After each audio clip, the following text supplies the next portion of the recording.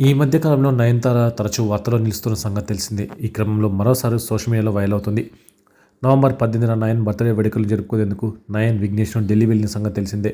అయితే అక్కడున్న కాకే ద హోటల్లో ఈ జంట నార్త్ ఇండియన్ తందూరి టేస్ట్ చేయడానికి సుమారు అరగంట పాటు వేచి చూడాల్సి వచ్చిందట. ఇక ఆ రెస్టారెంట్ చాలా బిజీగా ఉండడంతో టేబుల్ కోసం వీరిద్దరూ చాలాసేపు వెయిట్ చేయాల్సి వచ్చింది. ఆ తర్వాత అక్కడి ఫుడ్ ఎంజాయ్ చేశారు. ఈ వీడియోను రెస్టారెంట్లోని ఓ వ్యక్తి వీడియో తీసి సోషల్ మీడియాలో పోస్ట్ చేశారు. ఈ డిన్నర్ డేట్ వీడియోపై విఘ్నేష్ శివన్ స్పందించారు. నవంబర్ 17న ఓ చిన్న బర్త్డే ఈవినింగ్ సెలబ్రేషన్స్ కోసం వెళ్ళాము. ఆ క్షణాలను క్యాప్చర్ చేసిన వ్యక్తికి థ్యాంక్స్ అంటూ రాసుకొచ్చాడు. అలాగే ఫుడ్ చాలా టేస్టీగా ఉందన్న విఘ్నేష్ టేబుల్ కోసం 30 నిమిషాల పాటు వెయిట్ చేయాల్సి వచ్చిందని చెప్పడం విశేషం. అయితే ఈ వీడియోలో ఈ సెలబ్రిటీ కపుల్ ఒకరికొకరు తినిపించుకోవడం చూడవచ్చు. హిందీలో జవాన్ లాంటి సినిమాలో షారుఖ్ ఖాన్తో కలిసి నటించి నార్త్లోనూ నయన్ మంచి పేరు సంపాదించుకుంది.